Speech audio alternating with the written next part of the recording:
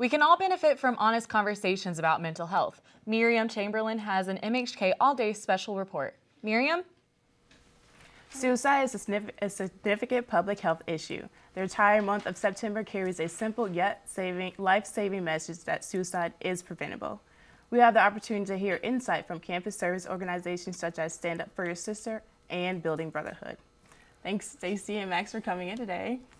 Thank you. Okay, so now I want to know if, why do you think the stigma around mental health is persistent? I think a lot of the issue is people are just embarrassed or they feel alone in their struggles with suicidal ideation or things of that nature. So typically it's something that they want to keep inward and not share because they don't want people to view them differently, or they don't want to be viewed as a pity case, as I hear from a lot of women in Stand Up for Your Sister.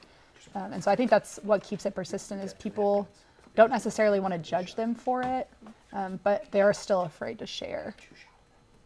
I'd say from like a guy's perspective, a lot of it's just a shame issue. Just with westernized culture, and I think how it's kind of formed the perspective of being a man, it's really hindered the ability for a lot of guys to feel comfortable opening up about issues they might be going through. So once that compacts, it just creates a deeper issue. Yeah, so what are some, I guess, things or signs that you can look among peers when it comes to suicidal thoughts? Yeah, I think some really basic things are listening to the words they're speaking. If they're saying comments like, it'd be better off without me here, or, man, I really just want to leave, or I wish I wasn't here anymore. Things of that nature are the most prominent ways that people might express suicidal ideation or intent. And also, I think just erratic behavior that's not like them, excessive depression, giving away things that are really important to them, to the people around them. There are a lot of signs and warnings, but those are just a few. So as organizations, each one of you guys' organizations, how does your services give back to like college students in particularly? Yeah, I was gonna say for at least Building Brotherhood, part of the vision that we have is to tell your story, discover your passion, and pursue your purpose.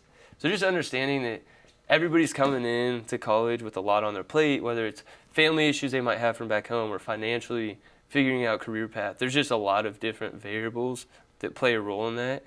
And so everybody's got a story to tell, which is a unique thing about it, is nobody is alone in that matter. And through that, trying to discover what your passion may be. And through a lot of stories, you will discover your passion. And then through that, ultimately, how can you pursue your purpose? Because you then know what your passion is. So that's just kind of the format of Building Brotherhood. Well, yeah, thank you guys so much for coming in. I really appreciate your insight on the mental health awareness. The effects of suicide are far-reaching, but they are preventable. One man who lost his friend says prevention is as easy as one question. It's like, how's your day? Whenever Robert Okoye speaks to his friends, he now always asks them that question.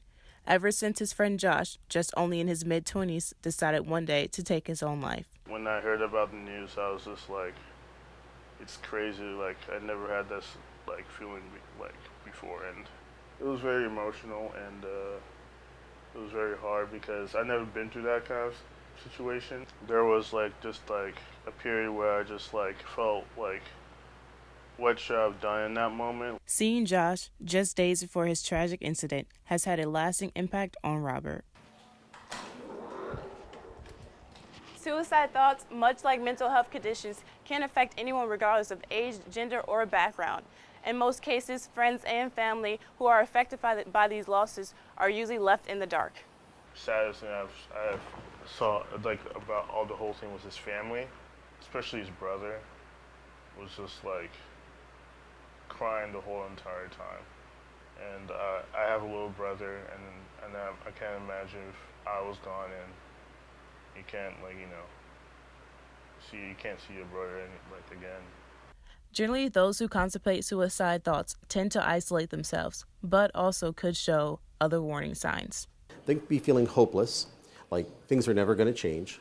Helpless, I feel really bad right now and things are really, really bad and there's nothing I can do about it. And then they feel worthless. That feeling we all have every now and then.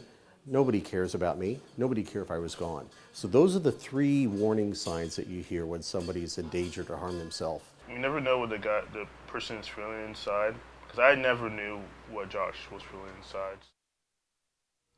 While suicide prevention is important to address year-round, Suicide Prevention Awareness Month provides a dedicated time to come together with collective passion and strength about the difficult topic. One conversation can change a life. For MHK All Day on Channel 8 News, I'm Miriam Chamberlain. Back to you, Macy and Dawson.